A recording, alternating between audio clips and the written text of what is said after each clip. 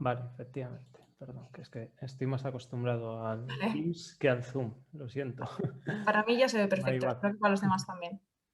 Vale, pues entonces empezamos. Bueno, ¿de qué vamos a hablar esta tarde? Pues del mundo de los reactores de agua en ebullición. ¿Vale? Vamos a ver un poco una introducción a cómo funcionan estos reactores y una pequeña historia, ¿no?, sobre cómo han evolucionado desde los principios hasta el boiling avanzado, el boiling económico simplificado y el boiling modular, ¿vale? El BWRX 300. Para cada uno de ellos, pues vamos a ir haciendo una descripción a nivel general para luego ya pues, pasar a profundizar un poco más, sobre todo en los sistemas de seguridad y en cómo funcionan en caso de accidente. En el caso del boiling modular, del BWRX 300, pues hay un poco menos de información porque es un diseño que está todavía en marcha, ¿no? No está licenciado, está en proceso, ¿no?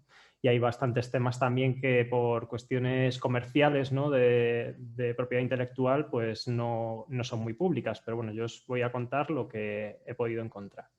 Y voy a terminar con unas palabras, ¿no?, para la reflexión del almirante Rickover, del padre de la Marina Nuclear en Estados Unidos, que pues conviene tener siempre en mente cuando hablamos de nuevos reactores y de reactores avanzados.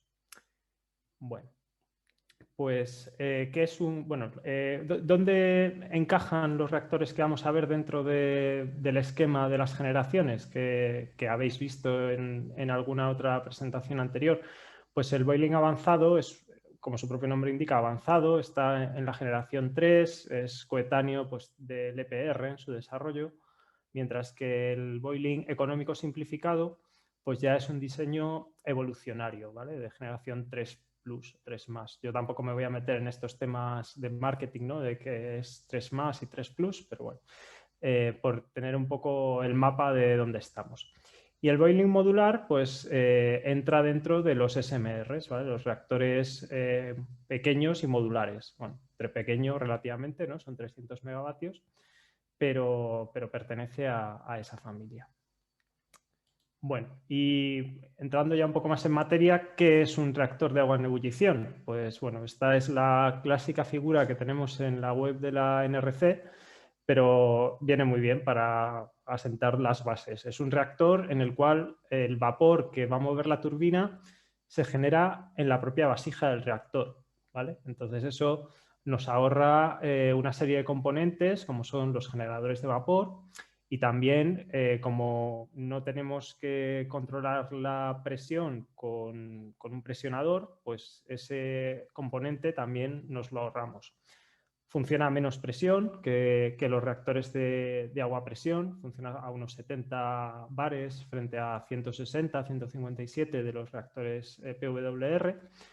Y también pues, tiene otra ventaja y es que como tenemos menos pasos de transferencia de calor, nos evitamos aquí un generador de vapor, pues la eficiencia o el rendimiento termodinámico es un poco mejor. A cambio, claro, todo no son ventajas y no es gratis. Pues tenemos todo el ciclo secundario, ¿no?, de la turbina, condensador, bombas de alimentación, que tiene carga radiológica. Entonces, todo eso pues, es zona de acceso controlado desde el punto de vista radiológico. ¿Vale? Y yendo un poco más al detalle, pues, bueno, yo quería empezar haciéndoos una pregunta para que esto sea un poco más interactivo. Vamos a ir haciendo algunas también, que creo que las tiene que lanzar Samantha. ¿Vosotros creéis que podemos usar boro para hacer los cambios de potencia lentos en un reactor de agua en ebullición, como se usan en los reactores de agua a presión? Pues bueno, podéis ir votando y ahora vemos las respuestas, a ver si habéis acertado o no. Pero mientras, pues os voy contando que tenemos alguna serie de peculiaridades también, ¿no? Como estamos generando vapor en la vasija, pues resulta que, perdonad un momento, aquí, como estamos generando vapor en la vasija, necesitamos unos elementos separadores y secadores de humedad que aseguren que el vapor que llega a la turbina tiene la calidad suficiente. Eso nos implica que no podemos insertar las barras de control desde la parte superior, sino que lo tenemos que hacer desde el fondo de la vasija. Y además, pues tenemos unos lazos de recirculación que tienen unas bombas que sirven para aumentar el caudal que pasa a través del núcleo, ¿vale? Entonces, bueno, vamos a ver si han salido ya algunas votaciones antes de seguir adelante. Bueno, hay división de opiniones. Pues efectivamente la mayoría tiene razón. No podemos usar boro para hacer los cambios de potencia porque estamos teniendo en cuenta que estamos aquí ebulliendo agua. Si tuviéramos boro, pues el agua se iría, el vapor, pero se nos precipitaría boro. Y eso pues acabaría acumulándose y haría pues que al final el reactor se apagara, ¿no? El boro es un absorbente neutrónico. ¿Qué alternativa tenemos para no tener que manejar solo la potencia con las barras de control? Pues lo que os comentaba, tenemos unos lazos de recirculación. Y eso funciona porque controlando el caudal de agua el caudal de recirculación, mejor dicho, afectamos a la reactividad y por tanto a la potencia. Eso es porque cuando yo tengo un cierto caudal, pues tengo una proporción de burbujas que se me están generando en el núcleo y las burbujas lo que afectan es a uno de los factores de la reactividad, que es el factor de huecos. Entonces, esas burbujas, el agua en estado vapor, modera menos los neutrones que en estado líquido y hace que la potencia no crezca tanto. Si yo aumento el caudal, en este caso, por ejemplo, o en este, pues tengo menos burbujas en el núcleo y eso hace que tenga más proporción de agua en estado líquido, ¿no? Subenfriada, y eso modera mejor. Y eso significa pues, que me aumenta el flujo neutrónico y por tanto me aumenta la potencia, ¿vale? Entonces es muy importante el papel del caudal de recirculación para el control de los reactores de agua en ebullición. ¿Vale? Por lo tanto, bueno, lo que os comentaba, no podemos usar boro y lo hacemos con el caudal de recirculación.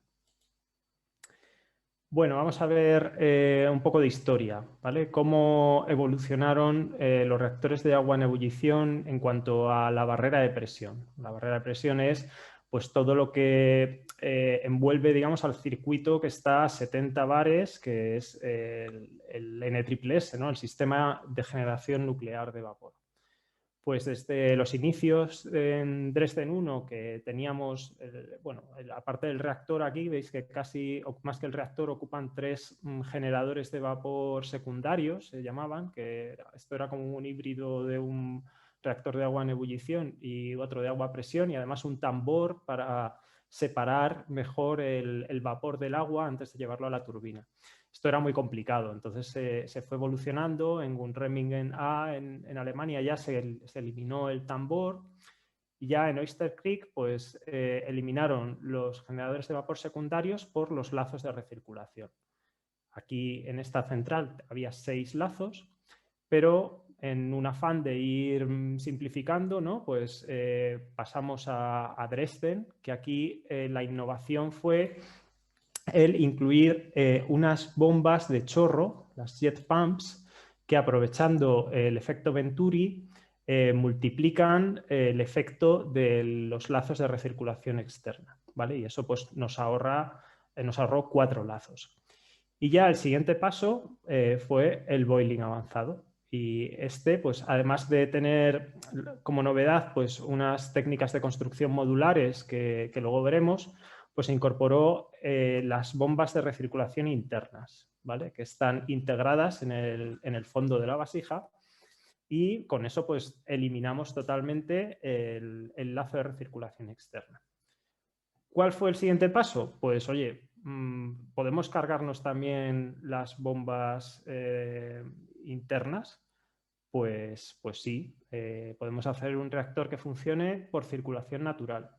Y eso fue el SBWR, que fue el boiling simplificado. Era un reactor que tenía 600 megavatios eléctricos de potencia.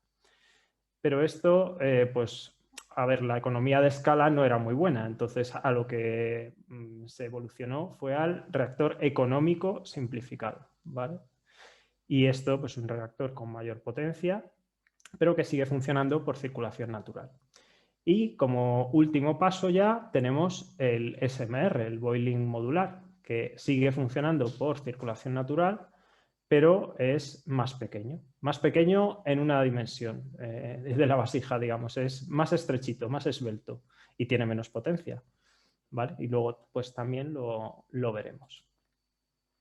Bueno, pues pasando a otra vía de la evolución en cuanto al diseño de la contención, ¿vale? Las primeras contenciones, la de Dresden, era seca, como los reactores de agua a presión, pero a partir de ahí el diseño de los boiling introdujo una innovación que fue la supresión de presión. ¿Eso en qué consiste?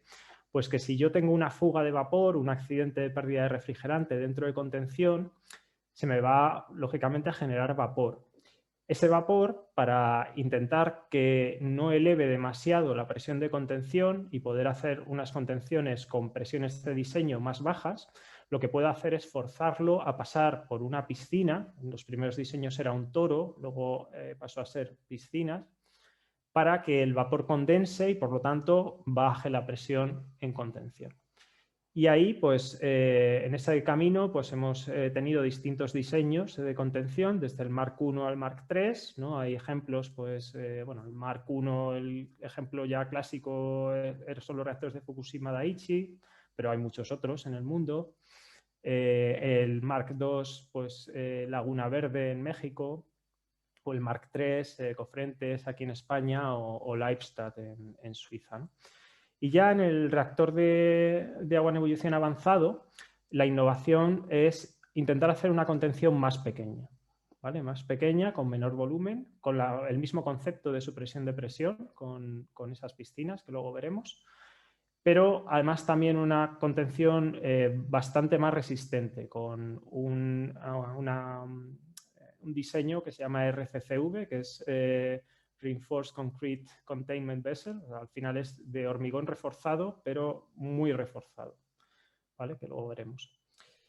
Y ya el paso en los pasivos, pues fue, a pesar de que habíamos conseguido una contención muy pequeña, pues hemos tenido que pasar a hacerla un poco más grande para que nos quepan los sistemas de refrigeración pasiva del núcleo.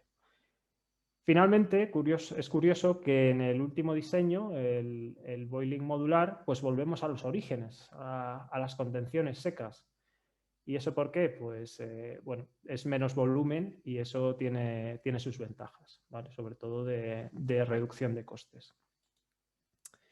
Bueno, ¿y dónde hay reactores de agua en ebullición avanzados en el mundo? Ya empezamos con el boiling avanzado. Pues básicamente en Japón, ¿vale? Estuvieron operando hasta Fukushima pues estas 4 unidades, Kashiwazaki Kariwa 6 y 7, Hamoka 5 y Shika 2. Pero había otras en construcción y otras en planificación.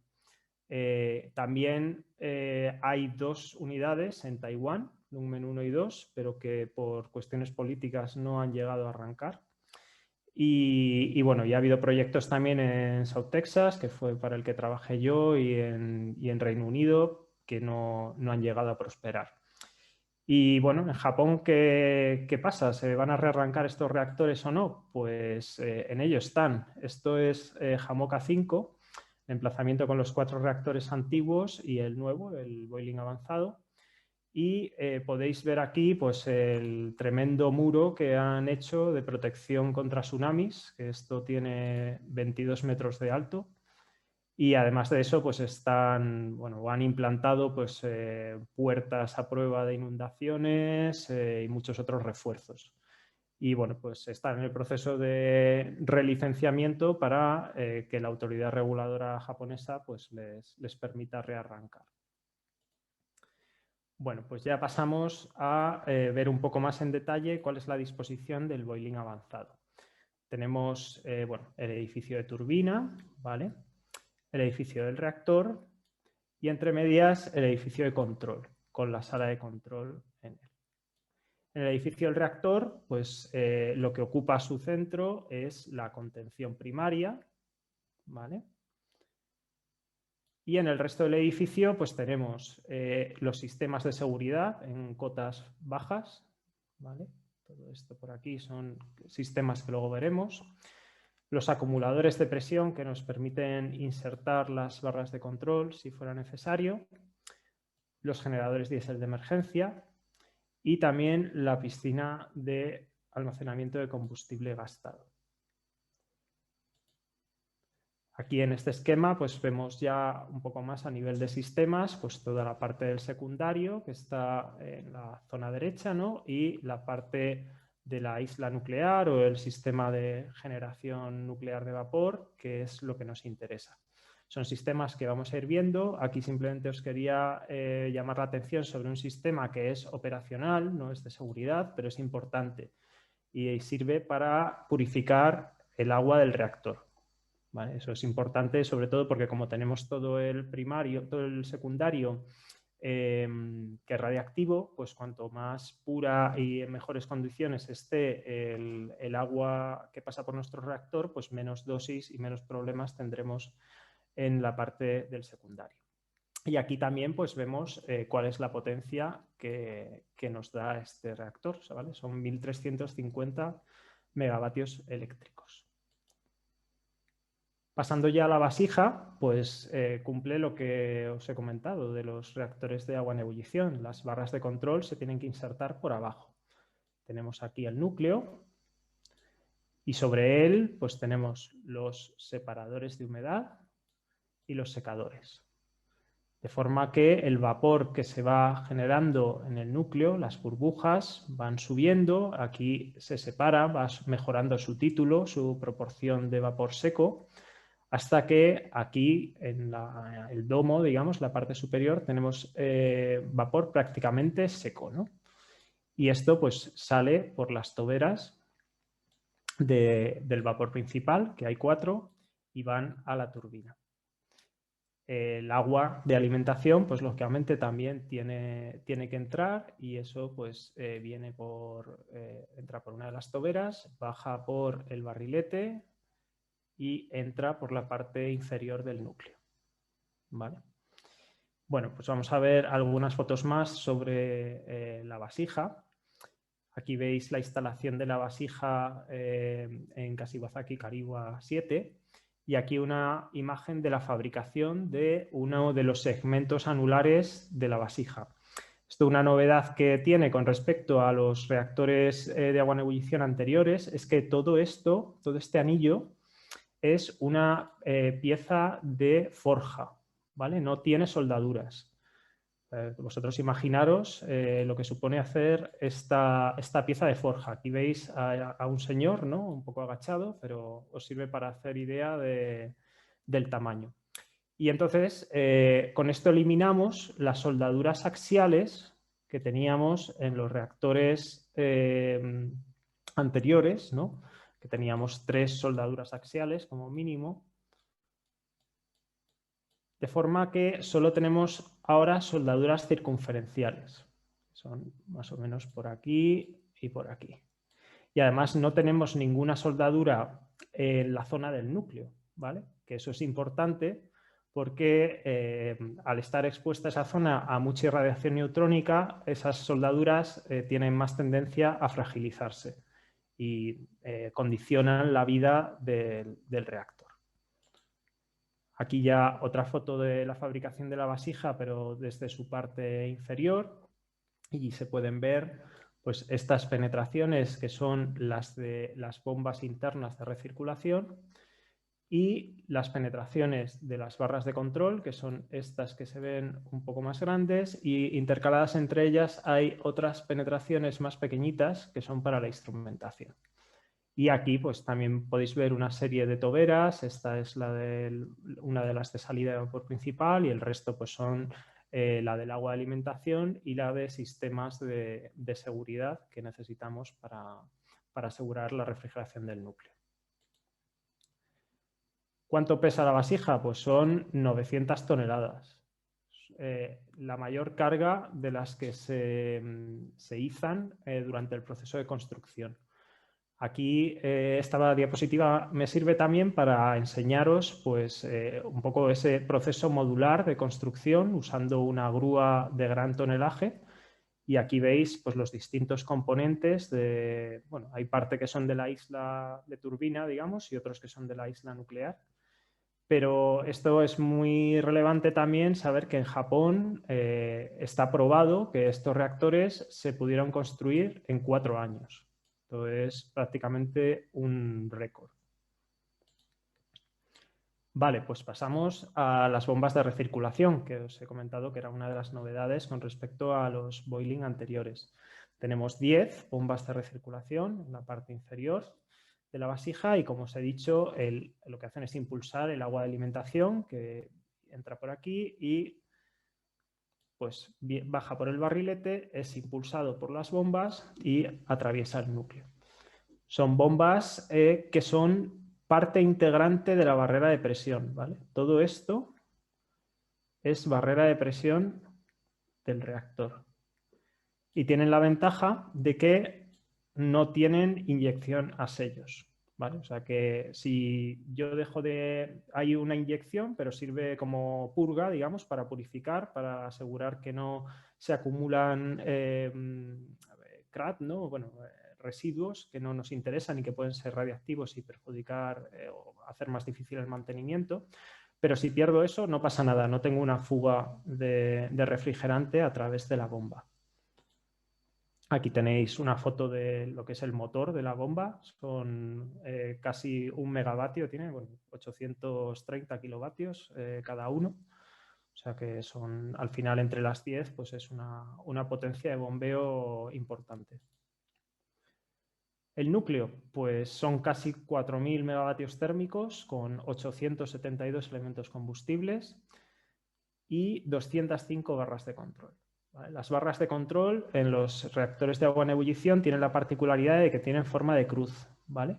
Y están en medio de 4 elementos de combustible. Cada conjunto de estos es lo que se denomina una celda o una célula, ¿vale? Que se ven aquí, pues veis donde hay una cruz, pues está una célula de combustible. Y aquí veis pues, la pinta de un elemento combustible de una BWR que es prácticamente igual que los de los anteriores boiling. Tiene unos 4 metros de alto, de longitud activa.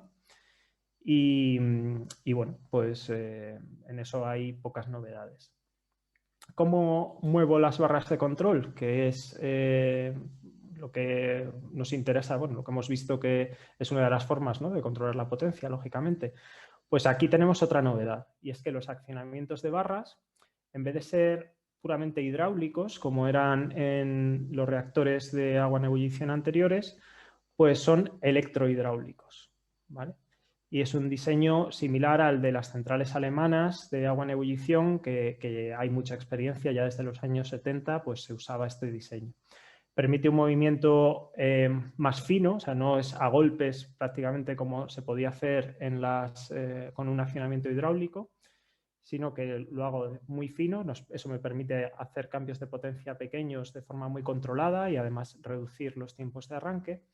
Y sobre todo, una de las ventajas es que tengo una forma diversa, o sea, que no puede ser afectada por un modo de fallo común, o es muy improbable que lo sea, para poder disparar el reactor, para poder hacer el scram. De forma que si me falla la inserción hidráulica, que es la normal y la que se da crédito en emergencia, pues tengo la posibilidad de hacer mover las barras con motores eléctricos e insertarlas todas en menos de 2 minutos. ¿Esto cómo funciona? Pues es bastante sencillo. Tiene un eje que está roscado, que es lo que se ve aquí en rojo, ¿no? Todo esto, que es accionado por un motor que está aquí abajo. Roscado a ese eje, lo que tenemos es una nuez que, según el sentido de giro del motor, pues sube o baja. Y esta nuez es la que empuja al eje de accionamiento, que es lo que se ve aquí en amarillo, todo esto. que está acoplado a su vez a la barra de control. Aquí veis arriba la barra de control con la forma de cruz. ¿Vale? Entonces con eso pues yo inserto o retiro la barra porque esta nuez azul pues la fuerza o la deja caer. Siempre, bueno, igual que en el reactor de agua en ebullición normal, tengo la posibilidad de insertar una presión en este espacio a través de bueno, unos acumuladores que tengo que están presurizados con nitrógeno. Bueno, la N, la verdad, me ha salido fatal, pero bueno. Y ese agua que está presurizada puedo, abriendo unas válvulas, hacerla entrar al, mejor dicho, más que abrir, es dejando, sí, abriendo unas válvulas realmente. Consigo que inyecte agua a presión en este espacio y eso fuerza una entrada muy rápida de la barra.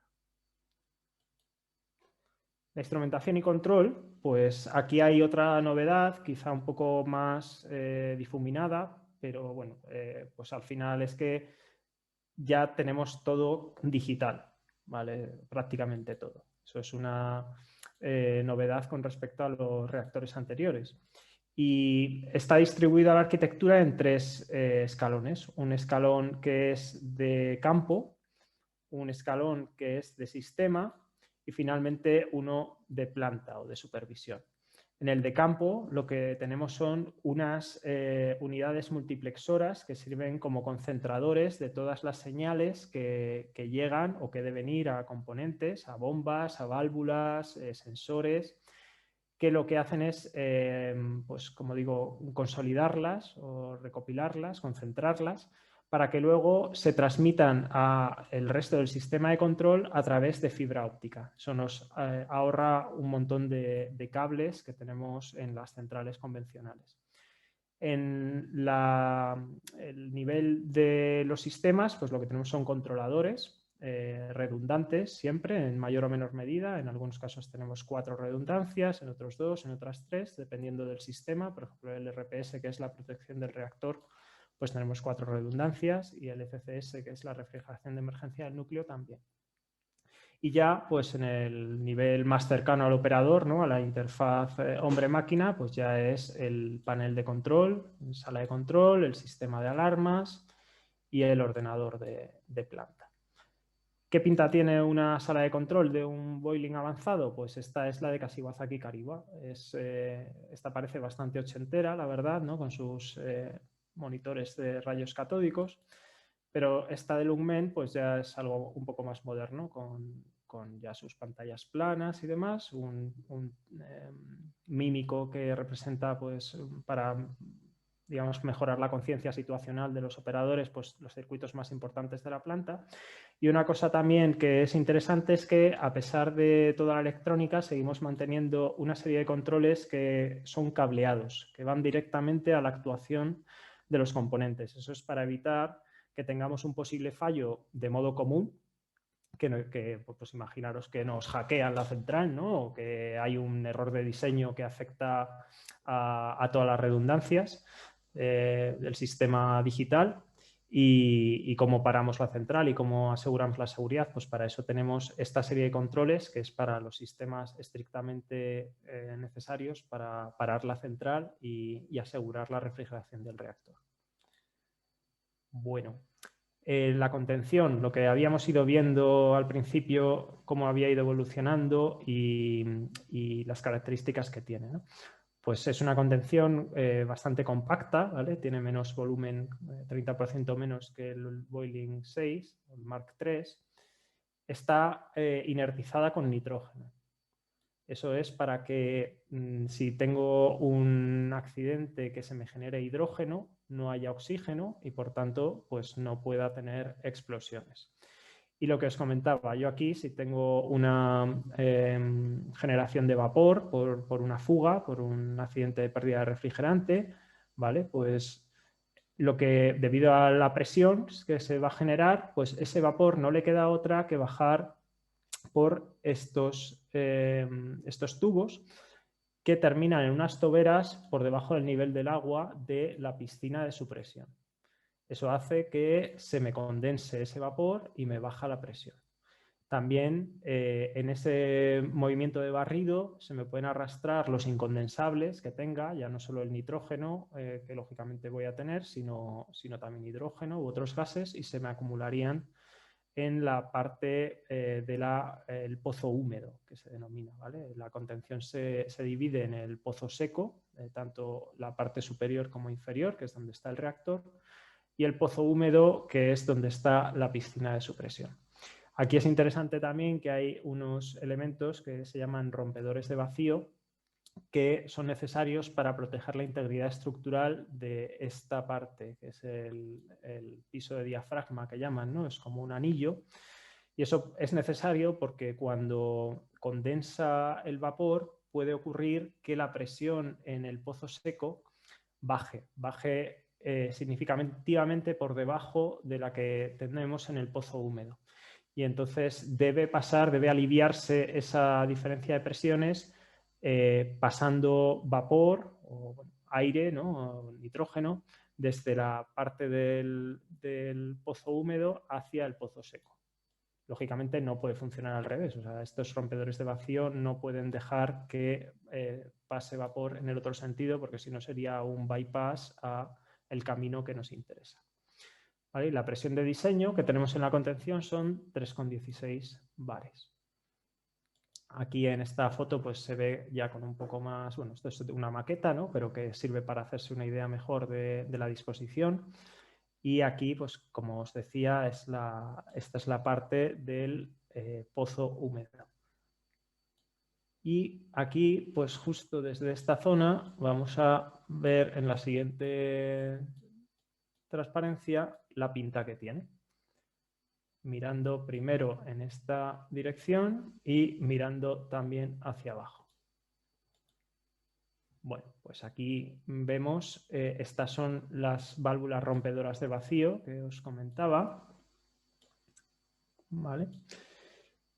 Aquí dentro de este cilindro, esto es el pedestal del reactor, digamos, bueno, está el reactor dentro.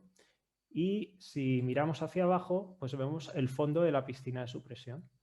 Y aquí están las toberas por las que sale el vapor que debe condensarse para mantener la presión de la contención a niveles aceptables. Y también vemos estas cruces que sirven para condensar el vapor de las válvulas de alivio y seguridad, que vamos a ver después para qué sirven. Y otra cosa que os quería comentar de esta foto es que se pueden ver, aquí veis uno y aquí otro también, aunque lo tapa un poco las letras en japonés, unos filtros que sirven para asegurar que no entren materiales extraños en los sistemas de seguridad, porque esta piscina, que aquí está vacía, pero veis cómo se está llenando, ¿no? Están haciendo una prueba, aquí se ve el chorro de agua que está saliendo. Sirve como una de las fuentes de agua para poder inyectar en el reactor en caso de emergencia. Y aquí, pues bueno, veis, este soy yo, que es una central que está en Austria, que se llama Sventendorf, que aunque es de diseño alemán, pues tiene cosas muy similares a los boiling avanzados, como os he comentado antes, por ejemplo, el tema de los hacinamientos de barras de control. Y estos difusores, en inglés se llama spargers, pues es lo mismo, tienen la misma pinta. Bueno, la verdad es que es muy recomendable ir si alguna vez tenéis ocasión, porque es un museo y te puedes meter en todos sitios, puedes entrar en el reactor, bajarte. Lógicamente no es una central que no llegó a ser crítica, o sea que es todo limpio y es una muy buena experiencia, desde luego. Bueno, pues vamos a pasar ya a hablar de los sistemas de seguridad. ¿Qué 3 objetivos debemos asegurar siempre en un reactor nuclear? Pues primero, controlar la reactividad, ser capaces de parar la reacción en cadena cuando lo necesitemos. Para eso tenemos las barras de control que ya hemos visto con esos mecanismos de accionamiento fino, pero además tenemos un sistema de control de respaldo. Y eso, pues precisamente lo que hacemos es introducir boro. Es el único caso en el cual usamos boro en un reactor de agua en ebullición. Para controlar potencia no lo podemos usar, pero si no nos ha funcionado las barras de control, pues nos queda la opción de meter boro. ¿Cuál es el segundo objetivo? Pues asegurar la refrigeración del núcleo. ¿Cuál es la particularidad, si me apuráis, más reseñable de una central nuclear? Pues que yo no la apago y me olvido, sino que tengo un calor de decaimiento, un calor residual. Y eso, pues aunque es mucho menos que la potencia que estoy generando en operación normal, pues son unos cuantos megavatios. Aquí veis, por ejemplo, pues esto está en decenas de miles de segundos, ¿no? O sea, aquí a los 10.000 segundos, que son pues casi 3 horas, ¿no? 3 horas y pico, sí, alrededor de 3 horas, pues estoy todavía generando 40 o 50 megavatios térmicos de calor residual. Y eso, si no lo saco, pues el núcleo se me funde, que es lo que pasó en Fukushima. Para evitar eso, pues tengo que ser capaz de enfriar el núcleo, ya sea en condiciones de alta presión o en condiciones de baja presión. Y lo que me interesa es que si por algún motivo no soy capaz de enfriar el núcleo con los sistemas que tengo de alta presión, que ahora después veremos cuáles son, pues tener la posibilidad de pasar de alta a baja presión. Y eso lo consigo con la despresurización automática con las válvulas de alivio y seguridad. Y finalmente, claro, todo esto no funciona gratis, menos el RFIC, que ahora veremos que en cierta medida pues es pasivo en algún sentido, pero si no, pues necesitamos alimentación eléctrica, porque como no podemos fiarnos de no perder el suministro exterior, pues tenemos que tener 3 diésel y con las correspondientes cadenas de evacuación de calor para poder evacuar este calor residual que estamos generando al foco frío, al sumidero último de calor. Vale, ¿y cuál es el tercer objetivo que debemos tener? Pues es controlar, encapsular, ¿no? Que sea como una lata nuestra contención, la actividad, ¿vale? La radiactividad. Y para eso pues tenemos en concreto pues 2 sistemas, aparte de la propia contención de la estructura, ¿no? Pues el sistema de tratamiento de gases y el sistema de control atmosférico. Bueno, pues vamos a ir viendo cada uno de ellos. El sistema de inyección de boro, ¿vale? El control líquido de reserva, pues es muy sencillo. Tenemos un tanque con pentaborato sódico y 2 bombas de desplazamiento positivo de pistón. Esto, pues cuando detecto que tengo un problema de reactividad, de que no se me han insertado mis barras de control, pues empiezo a borar y en unos minutos pues me llena boro, además alimenta desde aquí, desde la parte de arriba del núcleo, o sea que cae directamente y me para la reacción en cadena si las barras no han funcionado. Para refrigerar el núcleo, pues lo primero, para alta presión tengo una turbobomba de refrigeración del núcleo aislado. ¿Esto cómo funciona? Bueno, pues es una turbina acoplada a una bomba. La turbina se alimenta de vapor principal y rechaza el vapor ya muerto, ¿no? sin energía, a la piscina de supresión. Y con la bomba lo que hago es inyectar agua que tengo en un tanque de fuera, de condensado, o bien de la piscina de supresión, que eran los filtros esos que habíamos visto antes que estaban en la foto, pues de ahí también puedo aspirar agua. Y con eso pues lo inyecto por la línea de alimentación a mi reactor. ¿Esto qué pega tiene? Pues que, a ver, en cierta parte pues es pasivo, porque o sea, no necesito un suministro eléctrico para que funcione, más allá de una pequeña alimentación para la instrumentación. Pero en el fondo, pues no estoy sacando calor de la contención, porque yo estoy sacando vapor de aquí, pero la turbina lo devuelve a la piscina de supresión. Y al final la piscina de supresión con el tiempo pues acaba aumentando su temperatura, puede llegar a incluso estar en ebullición y eso pues haría que la bomba me cavitara, con lo cual la perdería, que eso pasó en alguna de las unidades de Fukushima.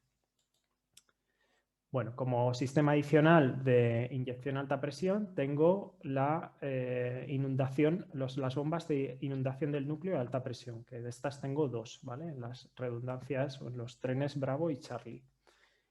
También puedo aspirar de los mismos sitios, del tanque de condensado y de la piscina de supresión, y esto lo que pasa es que necesita alimentación del diésel de emergencia.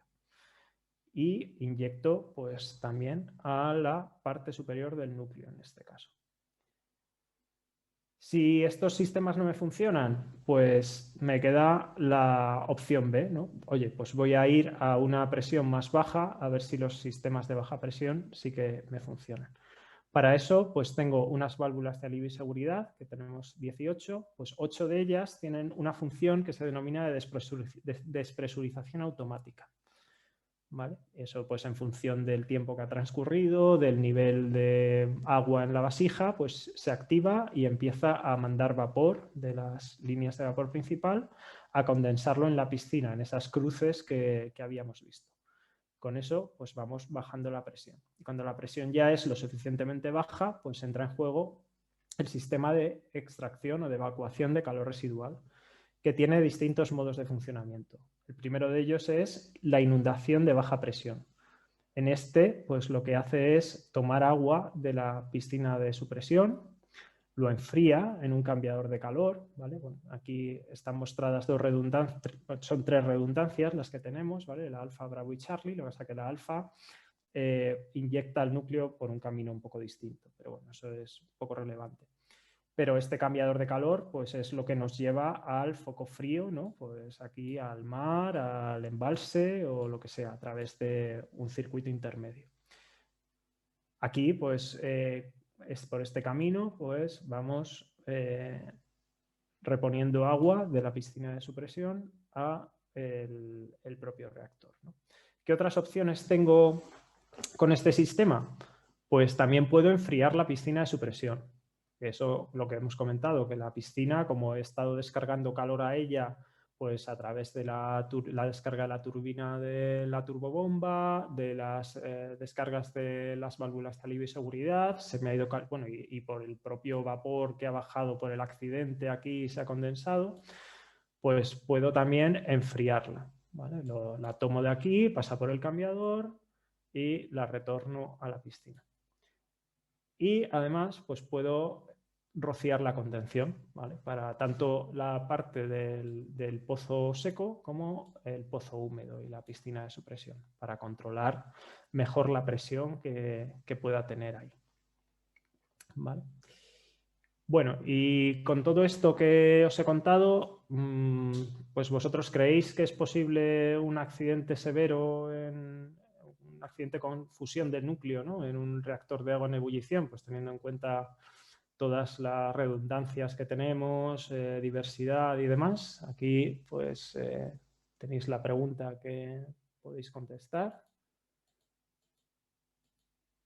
Y mientras tanto, pues aquí os quería enseñar pues una visión isométrica de todos los sistemas de refrigeración de emergencia del núcleo, ya más real, ¿no? Pues en el verde, de color verde, tenemos los sistemas de evacuación de calor residual y la inundación a baja presión. En color azul oscuro está la inyección a alta presión del núcleo, que tenemos dos redundancias, como os he comentado. Y en color azul clarito la turbobomba de refrigeración del núcleo aislado. Esto, pues bueno, es como veis una cosa bastante complicada en cuanto a tubería, ¿no? La cantidad de tuberías que tenemos. Bueno, pues vamos a ver qué nos ha ido saliendo en las preguntas. Pues bueno, efectivamente, bueno, hay división de opiniones también, pero prevalece que es posible un accidente severo. Pues efectivamente es posible un accidente severo, porque hemos visto que al final dependemos de generadores diésel de emergencia y de un sumidero último de calor. Y eso pues fueron cosas que en Fukushima pues fallaron, ¿no? Y para evitar eso, pues tenemos una serie de refuerzos. Pero antes de entrar en eso, pues quería hablaros, aprovechando esta transparencia, de la tercera pata que nos faltaba, que era el sistema de control atmosférico, que básicamente lo que hace es asegurar que la contención está llena de nitrógeno, pero sobre todo pues, nos interesa esta parte de aquí, esta línea, que permite proteger la contención contra una sobrepresión, con unos discos de ruptura, pues en caso de que la presión supere un cierto valor, y a través de un venteo filtrado pues haría un alivio a la chimenea. Y por otro lado tenemos el sistema de control de gases, que pues, con unos ventiladores y unos filtros me permiten purificar la atmósfera tanto del interior de la condensación como del edificio del reactor. ¿Vale? Aunque no se ve aquí esa línea, pero bueno. Y como refuerzos de post-Fukushima, pues cosas que han hecho en Japón, aparte de conexiones que ya había para alimentar con un camión de bomberos a distintos lugares del reactor, pues se ha construido un edificio nuevo con una fuente alternativa de corriente alterna y también con una bomba adicional para poder inyectar al reactor. Y si a pesar de todo esto, pues acabamos con una fusión del núcleo, lo que pasó, aquí hay una foto de la unidad 2 de Fukushima Daiichi, ¿no? Veis la parte inferior del pozo seco, ¿no? La vasija estaría por aquí arriba, pues veis cómo ha acabado todo lleno de corium, ¿no? Pues lo que tenemos es la posibilidad de refrigerar fuera de la vasija. Si se nos acumula al final, bueno, tenemos una rotura de la vasija y se acumula aquí el núcleo fundido, pues tenemos una capa de hormigón basáltico que es resistente a ese corium y además por temperatura se nos fundirían unos tapones que tenemos aquí que lo que harían sería vaciar parte de la piscina de supresión para tener cubierto de agua y refrigerado el núcleo fundido. Bueno, y con esto terminamos el boiling avanzado. Es vuestra ocasión para pues ir escribiendo preguntas en la función de Zoom y luego pues las vemos. Pasamos al boiling económico simplificado. Pues nada, una visión también general, el edificio del reactor, que es esta zona que vemos por aquí, todo esto. Y la contención primaria, en este caso, que tiene pues bueno, forma como de una T de revolución. Y aquí, pues lo más reseñable, o puede llamaros la atención, es que tenemos muchas piscinitas en la parte superior del edificio del reactor, que ahora después veremos para qué sirven. Y además tenemos un edificio independiente para el almacenamiento de combustible gastado, que eso en el boiling avanzado no lo teníamos. Algunas ideas sobre el boiling económico simplificado. Pues son 1.600 megavatios de potencia eléctrica, lo que nos da. Está diseñado para que no sea necesario que el operador haga nada en 3 días después de un accidente base de diseño. Está licenciado por la NRC, vamos con el 10 FR 5052. Y ha habido proyectos en Estados Unidos que han llegado a tener licencia combinada de construcción y operación, pero que no han seguido adelante por cuestiones económicas. Y en cuanto a la simplificación, pues tenemos menos sistemas y menos equipos activos como bombas, válvulas, motores. Con respecto al boiling avanzado, tenemos menos volumen de edificios y el hecho diferencial es que es pasivo. ¿Eso qué significa? Pues que no tenemos bombas, ventiladores, con alguna excepción, ni generadores diésel de seguridad. Y la otra característica que habíamos comentado al principio en la transparencia de la evolución es que funciona por circulación natural, ¿vale? No tenemos bombas de recirculación. Y aquí pues quería plantearos otra pregunta. Entonces, ¿cómo controlamos la potencia? Porque no podemos usar boro, no tenemos bombas de recirculación que podamos manejar. Pues ¿qué hacemos? ¿Solo con barras de control? ¿Podemos usar boro a lo mejor porque como es pasivo no hace falta? ¿O a lo mejor podemos variar la temperatura del agua de alimentación? ¿Qué pensáis? Bueno, mientras vais contestando, paso a la siguiente cuestión, a la siguiente transparencia, mejor dicho, que pues, bueno, nos muestra también un poco el esquema general del boiling económico simplificado. Y aparte de los sistemas de seguridad que vamos a ver ahora después, pues lo mismo. Tenemos unos sistemas que son no seguridad para purificar el agua del reactor y también pues, para purificar el agua de esas piscinas que hemos visto que tenemos por ahí arriba en el edificio del reactor. ¿Vale? Entonces, no sé si ya hemos conseguido las... Vale. Bueno, pues aquí habéis acertado casi todos, efectivamente. Lo que tenemos que hacer es jugar con la temperatura del agua de alimentación. Y eso lo conseguimos con este calentador, el séptimo calentador de agua de alimentación, que con una extracción, más que extracción de turbinas, directamente una alimentación desde vapor vivo, pues podemos elevar o disminuir la temperatura del agua de alimentación. Y además podemos cambiar el caudal de las bombas de agua de alimentación con un variador de frecuencia. Pero eso lo veremos ahora un poco después. ¿De qué va esto de las piscinas que os he comentado aquí arriba? Pues esto es algo intrínseco al concepto de refrigeración pasiva. Y es que en esas piscinas tenemos unos cambiadores de calor que nos sirven para enfriar distintas cosas. Bueno, básicamente es para enfriar el reactor y la contención. Y pues aquí tenéis una foto de la pinta que tienen estos cambiadores. Estos concretamente son los de enfriamiento de contención. Bueno, pues son casi como 2 personas de alto, ¿no? Y en esta otra, en esta planta ya, pues podéis ver los 6 cambiadores que tenemos de enfriamiento de contención y estos 4 son enfriadores de, mejor dicho, los condensadores de aislamiento. ¿Vale? Todo lo verde es agua que tenemos de reserva para poder aguantar esos 3 días pasivos sin acción del operador, sin tener que hacer nada. Y ese agua, cuando se evapora, pues sale a la atmósfera a través de unos separadores de humedad, siendo por tanto la atmósfera pues el sumidero último de calor. La circulación natural en la vasija, ¿cómo la conseguimos? Pues necesitamos una vasija más alta. Aquí veis que pasamos de 21 metros a 27, casi 28 metros de alto. Y eso es porque hemos incluido un elemento nuevo. Aquí el núcleo está aquí abajo, no es esto que parecería el núcleo así a primera vista. Esto es una chimenea.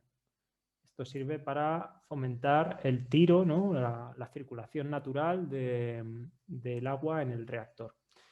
Y para poder permitir eso, pues necesitamos unos elementos combustibles que sean más pequeños, más cortos, ¿no? Pero a cambio necesitamos, como tenemos más potencia térmica, esto tiene que dar 1.600 megavatios eléctricos en vez de 1.350 y por lo tanto es potencia térmica 4.500 megavatios térmicos. Necesitamos más elementos combustibles y eso se consigue porque a pesar de tener el mismo diámetro el reactor, pues resulta que el barrilete, esta zona que está aquí pintada de azul por donde baja el agua, pues es más pequeñito, que es más estrecho que en el boiling avanzado. La izquierda es el boiling avanzado y la derecha el económico simplificado, con lo cual nos caben más elementos de combustible. ¿Y cómo manejo yo la potencia? Pues yo normalmente estoy en operación al 100% en este punto, ¿vale? Son 100% de potencia y 215 grados Celsius de temperatura del agua de alimentación. Si yo empiezo a purgar vapor vivo a este calentador, pues voy subiendo la temperatura del agua de alimentación y eso me lleva por esta línea. ¿Eso por qué pasa? Pues porque el agua, cuando eso es uno de los coeficientes inherentes, ¿no?, del reactor, cuando aumenta la temperatura, pues modera peor los neutrones. Eso hace que baje la potencia. Para volver al punto de origen, al punto del 100%, pues dejo de purgar vapor por esa extracción a este calentador. Y yo puedo moverme en este dominio, todo este que pone aquí FWTI, es Feed Water Temperature Increase, y este otro es Temperature Reduction, ¿no? con combinaciones de barras de control de la turbobomba, mejor dicho, de las bombas de agua de alimentación con su variador de frecuencia y la variación de temperatura del agua de alimentación, pues puedo moverme libremente por este entorno, ¿vale? En cuanto a la seguridad, pues tengo los mismos objetivos: controlar la reactividad, refrigerar el núcleo y retener la actividad. ¿Qué diferencias tenemos? Pues la inyección de boro es, en vez de con unas bombas, con unos acumuladores a presión. La refrigeración del núcleo, pues tenemos más cambios. Seguimos teniendo el ADS, ¿vale? La despresurización automática, pero tanto a alta presión como a baja presión, pues el concepto es bastante distinto, como veremos ahora. En cuanto a la retención de actividad, pues tenemos una contención primaria que sigue inertizada con nitrógeno, pero eliminamos la contención secundaria, lo que es el edificio del reactor, y ese sistema de control de gases, que no es necesario. Se justifica por análisis que no es necesario. Y en caso de accidente severo, pues sí que tendríamos también unos ignitores en el sistema de refrigeración pasiva de la contención para evitar que se acumule hidrógeno. Bueno, vamos a ver cómo funciona esto. En primer lugar, tenemos la inyección de boro. Pues como os he comentado, tenemos un acumulador a presión y unas válvulas que son explosivas, que ahora después veremos cómo funcionan, que nos inyectan ese volumen de agua borada al núcleo en caso de que pues no nos funcionen las barras de control, o simplemente si el accidente ya está muy avanzado y necesito una cierta cantidad de agua para poder refrigerar el núcleo, pues también. El sistema de refrigeración a alta presión, pues es el condensador de aislamiento. Estos son unos intercambiadores que están inmersos en una de las piscinas, bueno, en 4 piscinas que hay en la parte superior. Están conectadas permanentemente con la atmósfera, digamos, de la vasija por una línea que está abierta, y esto se pone en marcha abriendo unas válvulas en la parte de condensado, de forma que el vapor que se me genera aquí en la vasija me sale por aquí, va a los cambiadores y aquí condensa y lo meto al núcleo de la vasija de nuevo. Esto tiene también unas líneas de venteo que me hacen falta para asegurar que los incondensables pues, no me interrumpen la condensación, ¿no? La transferencia de calor.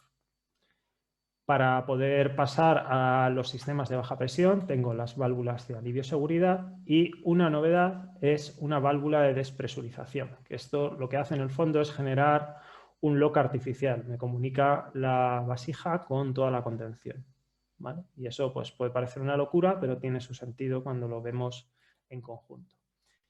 Y eso, ¿por qué es? Pues porque tenemos también un sistema de baja presión de refrigeración por gravedad, ¿vale? Si yo no consigo bajar la presión en contención, gracias, mejor dicho, la presión en el reactor, gracias a esta válvula, pues no soy capaz de que simplemente por gravedad el agua, abriendo esta válvula,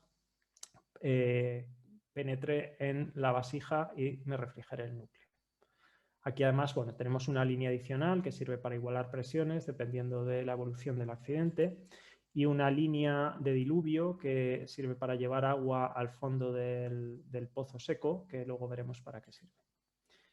Y finalmente tengo unos enfriadores de contención, que son los que habíamos visto en la foto primera, en una de las fotos primeras, que son 6, y lo que hacen es tomarme vapor de la contención del pozo seco y lo condensan y lo devuelven, perdón, a la piscina de enfriamiento por gravedad, de forma que pues, se me forma un circuito, ¿no? En el núcleo se genera vapor, sale por la válvula de despresurización, se me acumula en la contención, lo puedo condensar en estos cambiadores, se me acumula en la piscina, y de la piscina de enfriamiento por gravedad pues vuelve a entrar en la vasija.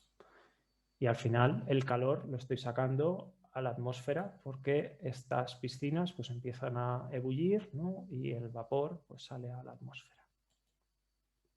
¿Cómo funcionan las válvulas explosivas? Pues es una cosa muy sencilla. Tienen una pequeña carga explosiva que simplemente con llegarle una señal, una chispa prácticamente, pues detonan. Y eso lo que provoca es que instantáneamente pues el elemento de sellado pues se rompe y permite el paso franco de caudal. Y esto ya es irreversible. O sea, una vez que abre, pues abre. No, pues, si quieres cerrarla, pues cómprate una válvula nueva. Muy bien. Y lo que os quería mostrar ya en esta transparencia es un vídeo de cómo funcionan todos estos sistemas en conjunto. ¿Vale? Vamos a ir viéndolo. Aquí veis, pues bueno, una operación normal, ¿no? Lo que hemos comentado, la piscina de enfriamiento por gravedad, la piscina de supresión, el reactor. Vamos a ver qué pasa cuando tengo una fuga, perdón, ha pasado antes de tiempo, un accidente de pérdida de refrigerante. Bueno, ahí ya se nos ha empezado a generar la fuga, se han insertado las barras, ha disparado el reactor y el vapor está bajando por estos conductos y está condensando en la piscina de supresión, ¿vale? Está limitándose la presión en el interior de la contención. Y cuando veis que el nivel de la vasija va bajando, cuando llega a un cierto nivel, se activa el condensador de aislamiento. Se abren las válvulas que tengo en el retorno, de forma que se establece un circuito. El vapor que se está generando en la vasija va al condensador de aislamiento, condensa y retorna al reactor. ¿Qué pasa si sigue bajando, si eso no es efectivo y sigo bajando el nivel? Aquí el núcleo está por aquí abajo, aquí estoy a mitad de la chimenea más o menos. Pues que empiezan un sistema de despresurización automática. Primero, las válvulas de alivio y seguridad abren y me llevan vapor del reactor a condensar en la piscina, y lo segundo, me abre la válvula de despresurización, lo que os comentaba, que genera un loca, digamos, en la contención. Y ahí ya pues es cuando va a empezar a funcionar el condensador de... Bueno, primero, debido a la bajada de presión, empieza a entrar agua desde la piscina de enfriamiento por gravedad. ¿Vale? Esto es una cuestión de mera diferencia de cotas. Y pues el vapor que se me está acumulando en la contención, ahora veremos que viene al condensador bueno, al refrigerador pasivo de contención y lo condensa ese vapor, volviendo a la piscina de enfriamiento por gravedad. Y esto pues va evolucionando el accidente, ¿no? Ya vamos por el día, pues hasta 3 días puedo seguir funcionando de esa forma. Va bajando lógicamente el nivel aquí en las piscinas que tenía en la parte superior del edificio del reactor, pero pues eso es muy fácil rellenarlo, porque eso es simplemente conectar ahí una manguera con un camión de bomberos y a la cota, digamos, que tengo que llegar y ya está. Y bueno, pues así están garantizados los 3 días de autonomía. ¿Qué pasa si a pesar de eso no soy capaz de evitar una fusión del núcleo? Pues me queda una última línea de defensa, que es la versión del ESWR del core catcher, ¿no? del cenicero, digamos, el retenedor del núcleo fundido, que tiene una capa de sacrificio y unos conductos de agua que sirven para refrigerarlo. Y aquí es donde interviene la línea de diluvio que os había comentado del sistema de refrigeración por gravedad, que viene por aquí y el agua llega hasta el centro del BIMAC, que es como se llama, ¿vale? Este retenedor del núcleo fundido. Caería aquí, ¿no? Pues tendría aquí el núcleo fundido. Y el agua, por convección natural también, pues iría por aquí, se evaporaría y pues ya entraría en juego el mismo circuito de antes, de que el vapor pues se condensaría en la piscina, perdón, sí, vamos, en el enfriador de contención, iría a la piscina de enfriamiento por gravedad y volveríamos a llevarlo al retenedor.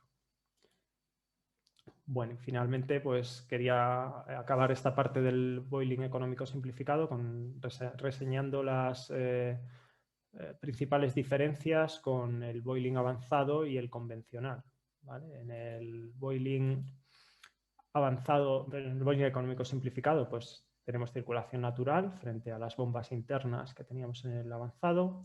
Tenemos una refrigeración del núcleo de emergencia pasiva con 4 divisiones. En vez de tener la turbobomba del núcleo aislado, tenemos condensadores de aislamiento. Tenemos una eliminación pasiva del calor de contención frente a lo que teníamos que hacer con el RHR en el boiling avanzado. No tenemos generadores diésel de seguridad y para la inyección de boro, para el SLC, pues tenemos acumuladores en vez de bombas. Y aquí ya pues es el momento de que podáis poner vuestras preguntas. Y ya pasamos sin solución de continuidad al boiling modular. ¿Vale? Es el BWRX 300. Primero, pues vamos a ver un poco de dónde surge esta iniciativa. Y es que, pues bueno, General Electric se dio cuenta de que, lo que os he comentado antes, los reactores, los proyectos del boiling económico simplificado, pues no salían adelante porque la inversión necesaria pues era astronómica. Aquí veis el caso de Norzana, que era uno de los proyectos que os he comentado antes, pues contando los intereses nos íbamos a 20.000 millones de dólares para una única unidad de 1.600 megavatios eléctricos. Eso pues nos pone unos costes de generación pues del orden de 64 dólares el megavatio hora, y eso comparándolo con el precio del ciclo combinado, que está en torno a los 37-40 dólares al megavatio hora, incluso aunque le sumáramos un precio de tonelada del CO2, que eso en Estados Unidos no existe, en Europa sí, pero bueno, pues no es competitivo. Entonces General Electric dijo, oye, ¿qué vamos a hacer? Pues oye, hay que hacer un reactor que sea más pequeño y eso me permita tener también una inversión abordable, ¿vale? Que no sea apostarme la compañía si me decido hacer el proyecto. Y sobre todo, pues que tenga un coste de electricidad similar al ciclo combinado para poder ser competitivo, ¿vale? En el orden de los 30, 40 dólares el megavatio hora. También con una plantilla reducida, que esto es un componente importante del coste de operación de las centrales, y usando técnicas de construcción modular, como por ejemplo los composites de acero, que ahora veremos, los paneles sándwiches de acero, y además que sea algo desplegable a un plazo más o menos corto. Y entonces, pues el punto de partida es, oye, tenemos el SBWR, que está muy bien, que tiene sus sistemas pasivos, que eso nos puede ayudar, pero ¿qué podemos hacer para simplificarlo, para que sea un poco más económico, un poco bastante? Pues aquí os quería plantear una nueva pregunta que puede lanzar Samantha. Y es que, ¿qué sistemas o componentes pensáis que se podrían eliminar del SBWR? ¿Pensáis, por ejemplo, el condensador de aislamiento lo podríamos quitar? ¿Los enfriadores pasivos de la contención? ¿O a lo mejor las válvulas de alivio y seguridad? ¿Qué pensáis? Bueno, pues mientras que vais contestando, vamos a ver qué es lo que pensó General Electric. Pues dijeron, mira, el condensador de aislamiento va a ser que lo tenemos que retener. ¿Vale? Pero, ¿qué otras cosas podemos quitar? Pues parece aquí que los enfriadores de contención también los podíamos quitar, pero no, eso tampoco. No sé si ya podemos ver los resultados. Pues bueno, en este caso la mayoría no tiene la razón. El condensador de aislamiento lo tenemos que mantener. Y curiosamente, a pesar de que es contraintuitivo y parece que va en contra del código ASME y de toda la lógica, pues lo que decidieron eliminar fueron las válvulas de alivio y seguridad. ¿Y eso cómo funciona? Pues ahora lo veremos. Pero bueno, primero quería mostraros un poco la pinta que tiene. Es una planta muy compacta, 100 metros de longitud y 60 de ancho. Y básicamente lo que es la parte nuclear está limitada a este cuadradito, que es donde tenemos el reactor. Tenemos los 3 condensadores de aislamiento y bueno, pues también la piscina de combustible y una piscina que nos sirve también como almacenamiento para agua de reserva de estos cambiadores. Luego tenemos la parte de turbina, que es convencional y de hecho es de catálogo, por así decirlo. O sea, se usarían las mismas turbinas y generadores que en las plantas de ciclo combinado. Y luego, pues bueno, otra parte que tendremos los diésel de reserva, que no son de seguridad, son para protección de la inversión, igual que en el boiling económico simplificado, y la sala de control. Y esto, pues para haceros una idea, yo no soy futbolero, pero quien más, quien menos, pues se hace una idea de cómo es el Bernabéu, ¿no? O ya sea porque haya estado dentro o lo haya visto por fuera o haya visto partidos, pero bueno, la cuestión es que todo esto que os he enseñado, pues cabría dentro del césped del Bernabéu. ¿El reactor cómo es? Pues es un reactor muy esbelto, tiene menos diámetro, son 4 metros frente a los 7 metros y algo que tenía el ESBWR y el boiling avanzado, pero de altura pues es casi tan alto como el boiling económico simplificado, porque seguimos teniendo la chimenea que necesitamos para la circulación natural. Pero el resto pues es muy parecido, tenemos los mismos secadores y separadores de humedad, la chimenea igual que el boiling económico simplificado, barras de control, hacinamiento de barras y combustible pues con el mismo diseño. Y este reactor está dentro de una contención seca, ¿vale? Aquí no tenemos piscina de supresión, sino que lo que tenemos es una contención seca como en el principio de los tiempos. ¿Cómo funciona esto desde el punto de vista de seguridad? Pues es pasivo, como el económico simplificado. Además, de hecho, tiene más margen. Está diseñado para que tenga 7 días de margen sin hacer nada. Y seguimos con las novedades. El LOCA está mitigado. ¿Eso qué significa?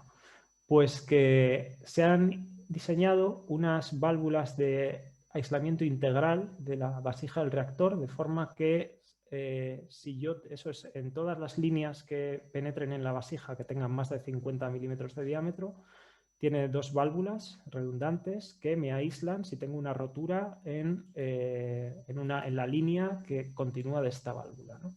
Eso lo que me hace es que me permite eliminar los locas más o menos grandes. O sea, me quedan ya solo los locas muy pequeñitos, que son de líneas de menos de 5 centímetros de diámetro. Mantengo los condensadores de aislamiento, ¿vale? Que aquí tenemos los condensadores de aislamiento, son el mismo diseño exactamente y de hecho el mismo tamaño que en el boiling económico simplificado. Y eso es el sumidero de calor del reactor.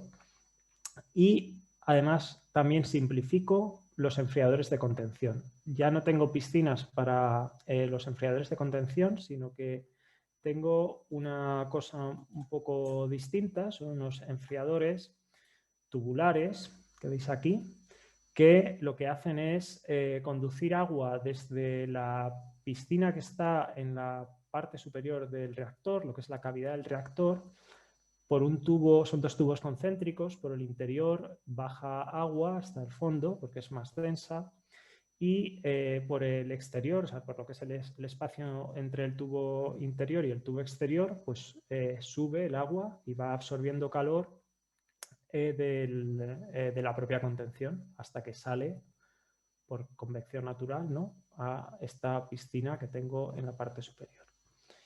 También una de las cosas que hace es que simplifica el sistema de inyección de boro. En vez de tener acumuladores, pues lo han simplificado. Esto no he encontrado cómo lo han simplificado. Yo, basándome en este dibujo, sospecho que han vuelto a las bombas volumétricas, pero alimentadas de baterías. Eso probablemente suponga un ahorro. Elimina la piscina de supresión con una contención metálica seca. Elimina también las piscinas de enfriamiento por gravedad, elimina las válvulas de despresurización y, curiosamente, elimina también las válvulas de alivio y seguridad. Y son capaces de demostrar que usando los condensadores de aislamiento no se exceden los valores límite de diseño por código ASME de la vasija del reactor. Eso tiene una ventaja de que elimina una de las fuentes de posible LOCA, que es que se te quede abierta una válvula de alivio y seguridad. Tampoco tengo válvulas de despresurización y elimina el BMAC, ¿vale?, el sistema que tenía aquí debajo de retención del núcleo. Y pasa a considerarse que el núcleo pues, se retiene fundido dentro de vasija por inundación. Y además, pues lo que os comentaba también del sistema de construcción modular, usa lo que llaman ladrillos de acero, ¿no? O steel composite de segunda generación. En el fondo estos son todo como bloques, que veis aquí, ladrillos que son de acero y luego se rellenan de hormigón, ¿vale? Es como, esto te ahorra el hacer toda la ferralla, todo el refuerzo en el emplazamiento. ¿Y en qué estado se encuentra este reactor en cuanto a desarrollo pues, o licenciamiento? Pues está en una fase de prelicenciamiento tanto por la NRC como por el regulador canadiense. Hay presentados 5 informes temáticos sobre distintos temas, pues el aislamiento de la vasija de reactor y la protección contra sobrepresión, cómo funciona la contención, cómo se regula la reactividad, evaluación de contención con el código GOTIC y cuestiones de diseño, ¿no? Y bueno, pues hay proyectos, están sondeando proyectos para construir en Canadá, en Polonia, en Estonia, en República Checa, con ese objetivo de hacia final de la década, pues que estén estos reactores funcionando. Y bueno, pues ya dejo aquí el boiling modular y simplemente pues quería compartir con vosotros esta reflexión de Rickover, que fue el padre de la Marina Nuclear americana. Y, y bueno, pues tiene una carta muy famosa sobre los reactores de papel que llama, ¿no? Y básicamente lo que viene a decir es que el diablo está en los detalles y quienes tienen experiencia con reactores reales pues son humildes, ¿no? Por sus experiencias y sus preocupaciones y hablan menos, o sea, tienen menos tiempo para presentar sobre conceptos nuevos de reactores y se preocupan más. Entonces, pues bueno, con esto no quiero decir que el SMR, ¿no? El boiling modular sea un reactor de papel, pero es algo que hay que tener en cuenta para todos estos diseños de nuevos reactores y modelos avanzados. Y bueno, pues gracias por aguantarme hasta aquí. Ahora ya es vuestro turno. Vamos a